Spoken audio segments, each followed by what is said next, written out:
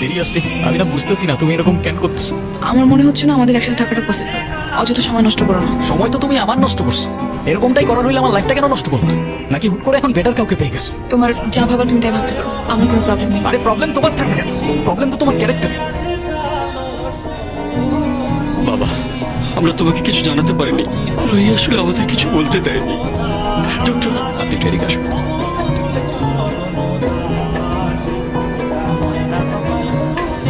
দেড় বছর হয়ে গেছে কিসের? প্রতিদিন তোমার এখান থেকে ভার্সিটিতে নিয়ে যাই, আবার এনে ড্রপ করি। হ্যাঁ তো। আমি কি রাইড শেয়ার করি? না তাইলে তেলের টাকা তুমি দাও। না, কেন লাগবে? দিব। মারবো একটা।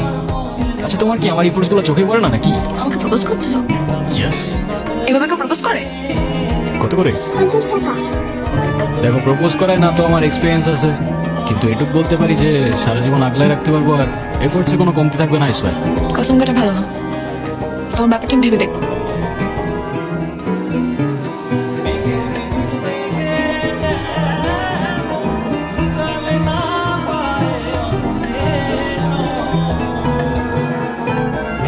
আমাকে মাফ করে দিও রুহি, আমি না বুঝেই তোমাকে অনেক কথা বলে ফেলছি। তুমি আমাকে একটাবার বলতো, এতদিনেও কি তুমি আমাকে এতটুকু চিনতে পারলা না? তুমি আমাকে ছেড়ে যাবে না বলি তো আমি তোমাকে বলিনি। কেন তুমি চাও যে আমি তোমায় ছেড়ে চলে যাই? হ্যাঁ, তুমি কেন আমার এরকম একটা জীবনের সঙ্গে তোমার সুন্দর জীবনটা জড়াতে চাও বলো? তুমি ছাড়া আবার কিসের জীবন?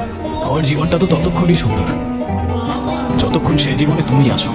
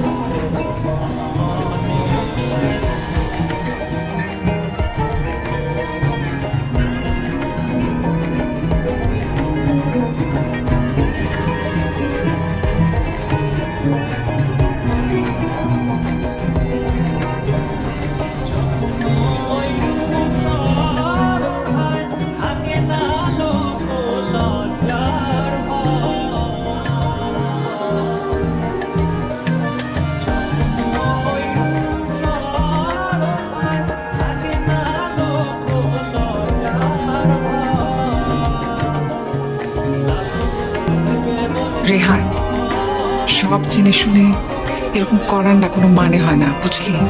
আমি তোকে যেটা বলছি সেটা তোর ভালোর জন্য বাবা। এমন কিছু করিস না যাতে তোর জীবনটাই নষ্ট হয়ে যায়। মা, আমি ওকে ভালোবাসি, প্লিজ একটু বুঝে কথা বলো।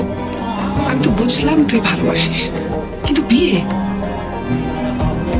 ভালোবাসার জন্য নিজের ভবিষ্যৎটা নষ্ট করে দিবি? মানে বিয়েটা তো যে কোনো সময়। না মা, প্লিজ, এটা তো আমার সাথে হইতে পারতো না। আর আমার সাথে হইলে আর যাই হোক রুহি কখনো আমাকে ছেড়ে চলে যেত না।